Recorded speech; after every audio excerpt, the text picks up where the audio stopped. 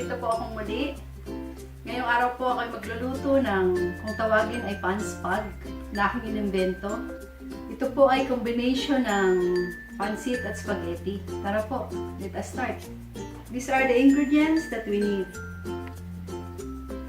Bell pepper, zucchini, carrots, green beans, tomatoes, onion, chopped bacon, shrimp, pepper, garlic, knorr cubes, squid balls, pasta spaghetti, oil, knorr powder, pulp tomatoes, and Chinese cabbage. Habang inaantay po natin kumulo yung tubig para dun sa ating pasta spaghetti, umpisa na po natin mag-isa. Unahin na po natin itong ating chopped bacon, ating sahog.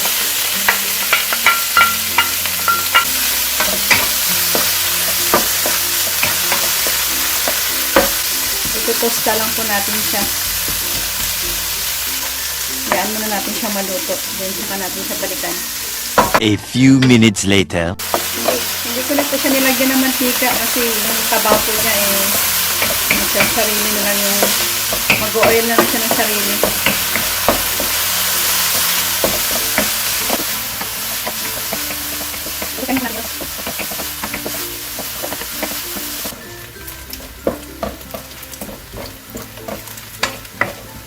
Ayan po, lumalabas na yung kanyang oil. So, isunod na po natin yung ating squid balls.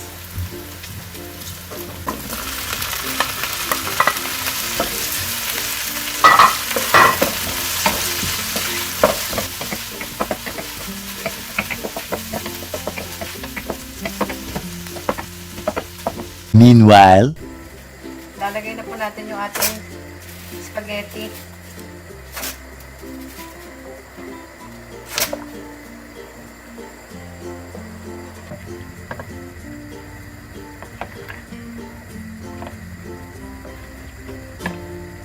Habang inaantay po natin itong malutong ating spaghetti ay tutuloy lang po natin ating paggisa. Isunod ko na po yung ating hipon.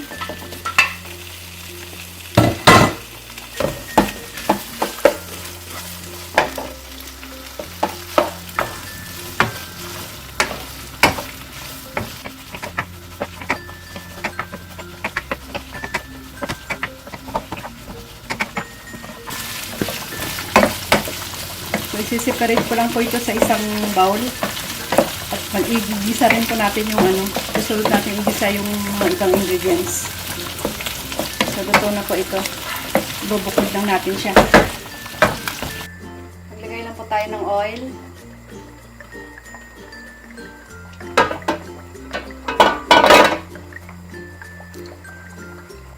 Then, lagay natin ating bawang.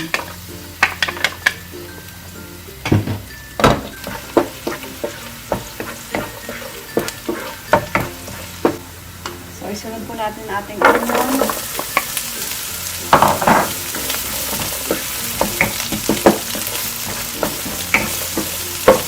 Halo-haloin lang natin hanggang sa mag-brown.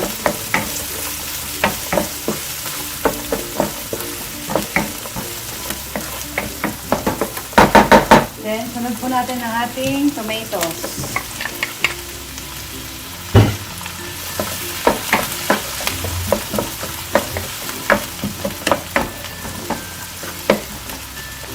Habang naantay po natin maluto ito ay chicken po natin ang ating spaghetti, pasta spaghetti na luto na.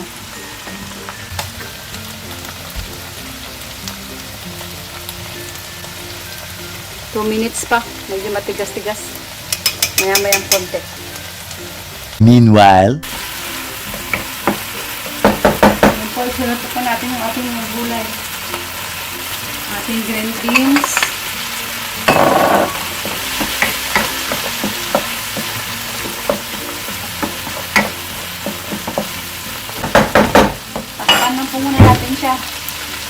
Then, isulog natin yung ating carrots na maya-maya. Many, many minutes later. Tingnan po natin kung luto na. Malambot na. Isulog na po natin ang ating carrots.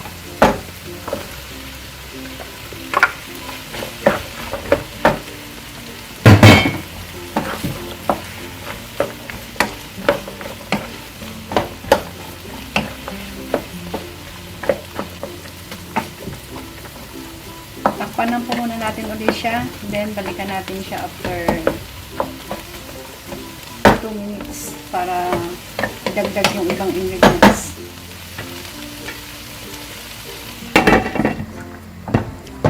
Meanwhile, Tingnan po ulit natin yung ating pasta.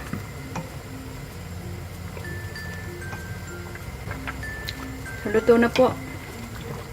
Sasalain na natin. later. Po natin ulit. Isunod na po natin yung ating zucchini. Optional lang po ito. Pag wala naman po kayong mahanap nito, pwede namang wala ito.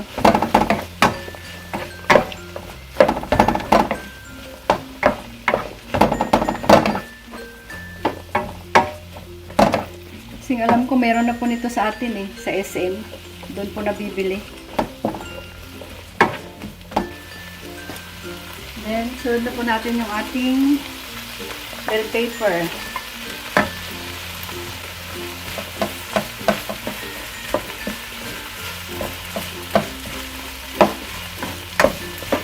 Natin yung ating sabay ko na rin po itong ating Chinese cabbage. Pwede rin po kayong gumamit ng yung cabbage na ordinary, yung pong repolyo sa atin.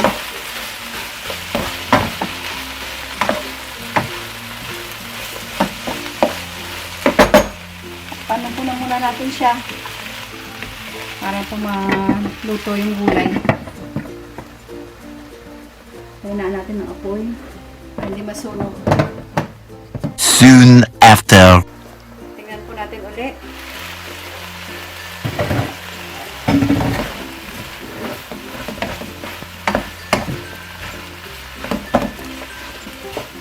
Sunod na po natin yung ating knorr cubes.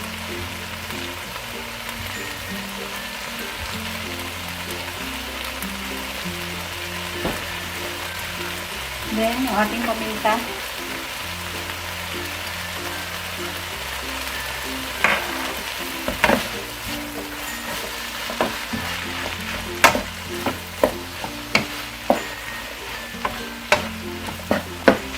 Lalagyan natin tayo ng knorr powder. At least one tablespoon po. Kayo pong bahala. Kung gusto nyo ng mas maalat o mas matabang.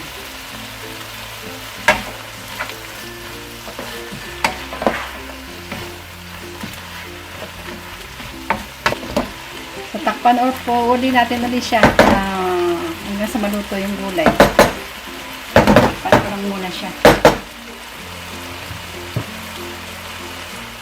A little longer than a few minutes later. Tingnan po natin.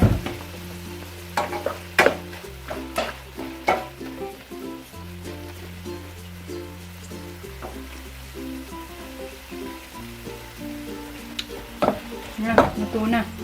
So, ibabalik po natin guys yung tawag na ginisa natin kanina. Kasama na natin lahat dito.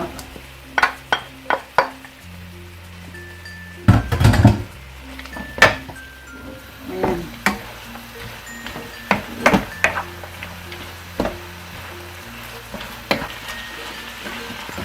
So, for the meantime po, yun pong natirang ating tomato sauce. Ibigisa ko lang po siya ng separate. Ayan. Ito po mamaya yung pinaka-sauce natin. Lalagay lang tayo ng tubig.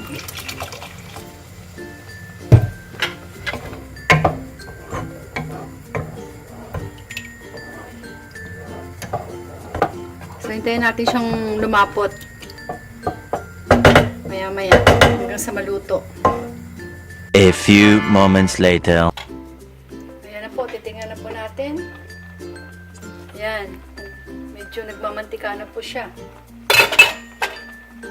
Ayan na. Dahil maglalagay lang po ako ng konting knorr powder. Ayan.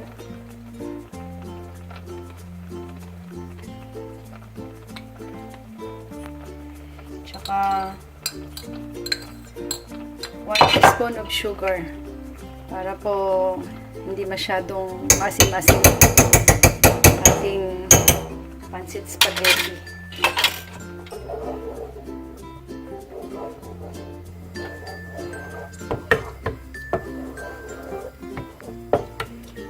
Ayan, luto na po ito. So, ihahalo na natin siya dun sa ating spaghetti tsaka mga gulay. So, ayan na po. Ihahalo ko na po yung ating pasta spaghetti.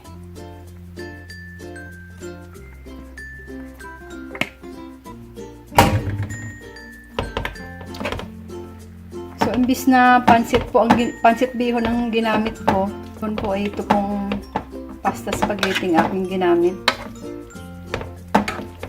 And then, yung pinaka-sauce niya, bali itong tomato sauce. At the same time, may mga gulay po para healthy. 2-in-1. 2-in-1 spaghetti at saka pancit. Kalain mo yun. Combine na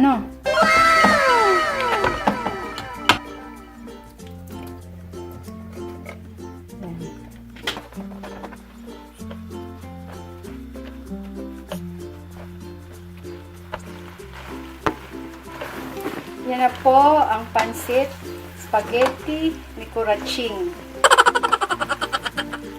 Mangaon kita. Bayan, mangaon. Namit. Tara. Tikman na natin.